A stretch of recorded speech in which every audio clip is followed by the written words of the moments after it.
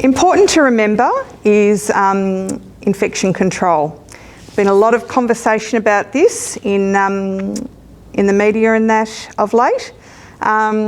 We will be talking very briefly about hand washing, hand hygiene, and the use of PPE, personal protective equipment.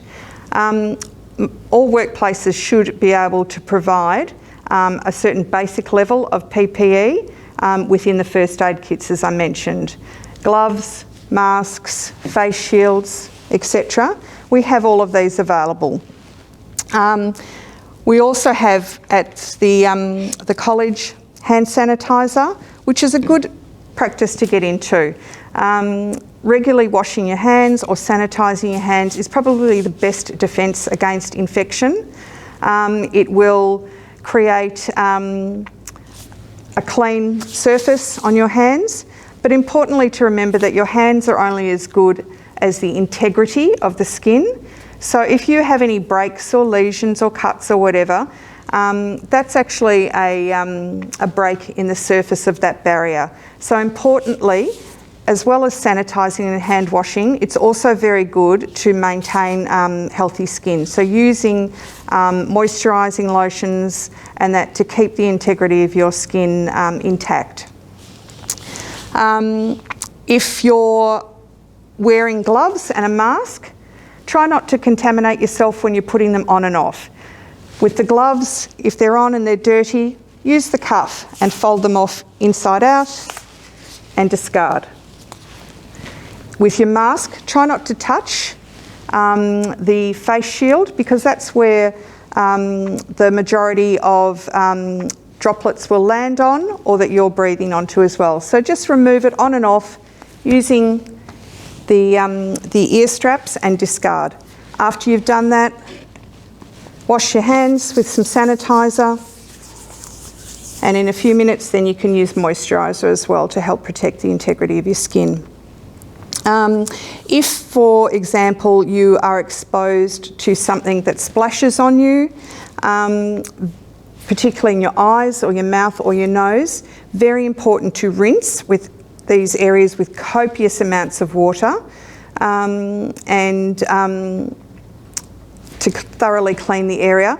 And likewise, if, for example, you get a needle stick injury. Now, in some circumstances, you may be caring for somebody who's diabetic and they may have just given themselves an insulin injection and for some reason they are unconscious, but their needle is still nearby with an exposed tip, and you accidentally touch it with your finger.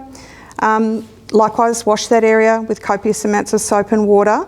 And with any kind of exposure to any foreign material from somebody else, whether it be a splash or injection, then it's really important to do a follow-up with your local doctor and have blood tests done to make sure that the baseline of your bloods for infection markers are recorded so that that can be repeated in a few weeks' time to see whether you have developed any infection from that exposure.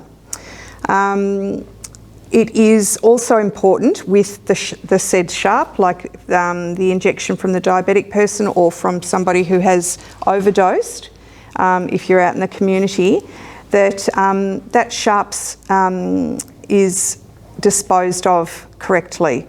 Now, in most hospitals, in the nurses' station, etc., we have designated sharps containers, which are big, large, yellow containers that we put our sharps in.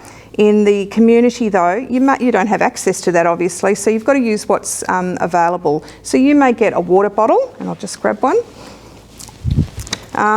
full, empty, whatever, open it, tip the contents out, and you can scoop the needle up inside the water bottle and put the lid on to contain the sharp.